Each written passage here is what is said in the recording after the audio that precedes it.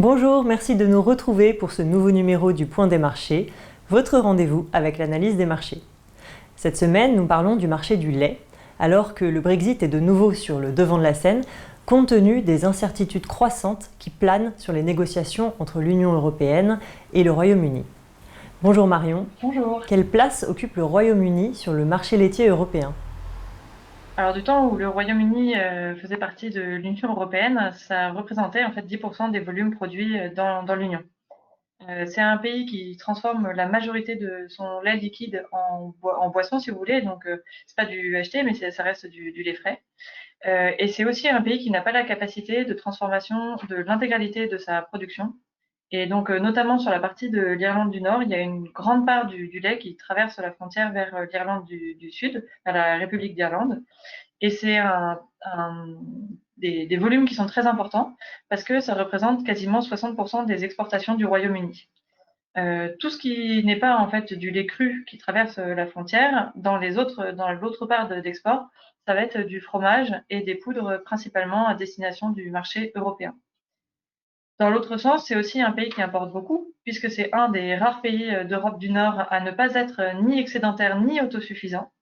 Et les importations sont principalement des produits type fromage et yaourt, quasi exclusivement en provenance de l'Union européenne, notamment pour un tiers, ce sont des produits irlandais, c'est-à-dire que le lait cru en fait produit au Royaume-Uni, notamment dans l'Irlande du Nord, a traversé la frontière vers la République d'Irlande et retraverse la frontière dans l'autre sens une fois que ça a été transformé.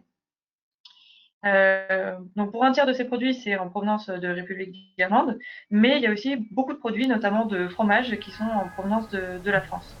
Et quel pourra être l'impact d'un Brexit sans accord sur le marché laitier européen ? Alors c'est ce que je viens de dire, en fait, au vu de la dépendance du Royaume-Uni vis-à-vis de l'Irlande pour la transformation et au vu des produits de l'autre côté, la négociation vis-à-vis de la discussion sur la frontière entre l'Irlande du Nord et République d'Irlande, elle est cruciale parce que l'Irlande du Nord n'aura pas les capacités de transformation du jour au lendemain de ce fameux lait cru pour du fromage ou des yaourts. Même si ce sont des choses qui ont été anticipées par les opérateurs, on ne construit pas une usine comme ça, comme vraiment du jour pour le lendemain. Et comme les négociations entre l'Europe et le Royaume-Uni ne sont pas terminées, qu'on peut avoir des coups de poker jusqu'à la fin, c'est difficile aussi dans ce contexte de lancer des investissements. Par ailleurs, du coup, plus les jours passent et plus l'hypothèse d'un no deal semble vraisemblable. Et donc, il faut imaginer qu'il y aura des taxes qui seront mises de part et d'autre de la frontière, que ce soit au niveau de l'Irlande, mais même, par exemple, entre le Royaume-Uni et la France. Du coup, à très court terme, l'impact que ça aura, c'est qu'on aura des problèmes logistiques. Du jour au lendemain, il faudra passer des frontières, donc ce qu'on entend, hein, la queue entre les camions, le passage de la frontière, qui sur des produits frais est compliqué. On peut aussi avoir, quand le Royaume-Uni exporte de la poudre, par exemple de la poudre de lait écrémé, c'était jusqu'à présent pour aller vers des ports d'export, comme Rotterdam par exemple, pour pouvoir compléter des bateaux vers le grand export, les pays tiers.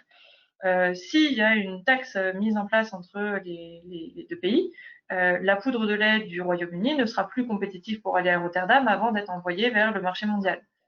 Par conséquent, il faudra que le Royaume-Uni se dote lui-même ou soit capable lui-même d'exporter, mais il faut des volumes conséquents pour pouvoir être capable de faire des containers vers d'autres pays. Il faut aussi être capable d'être compétitif et donc d'être compétitif vis-à-vis de d'autres pays de l'Union européenne qui sont peut-être qui ont des facilités d'exportation plus importantes.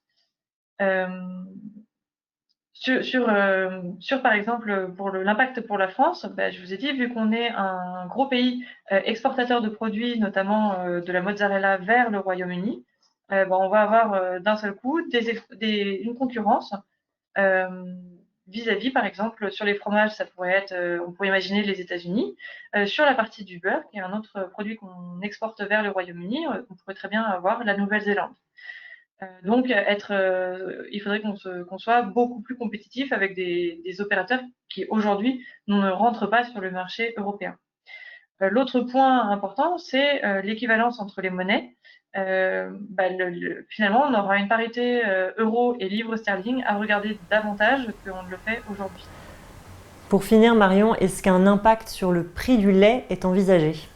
Alors, pour les producteurs français, l'impact sur le prix du lait, on va dire que là, sur la fin d'année, on reste sur un élément ou sur une tendance plutôt neutre à haussière, ne serait-ce que par la partie saisonnière. À cette période-là de l'année, on est sur une tendance haussière des prix jusqu'à la fin du mois de décembre et avant l'arrivée du prochain pic laitier.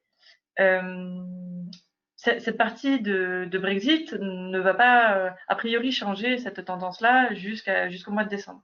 En revanche, vu que si on va vers le hard Brexit à la fin de l'année, du coup, ça veut dire que du jour au lendemain, à partir du mois de janvier, on aura des échanges qui seront différents, une concurrence qui sera à nouveau plus intense, et donc on pourrait imaginer avoir une baisse des prix plus importante que les années précédentes. Merci Marion, merci à toutes et à tous de nous avoir suivis. Rendez-vous dans 15 jours pour un prochain point des marchés.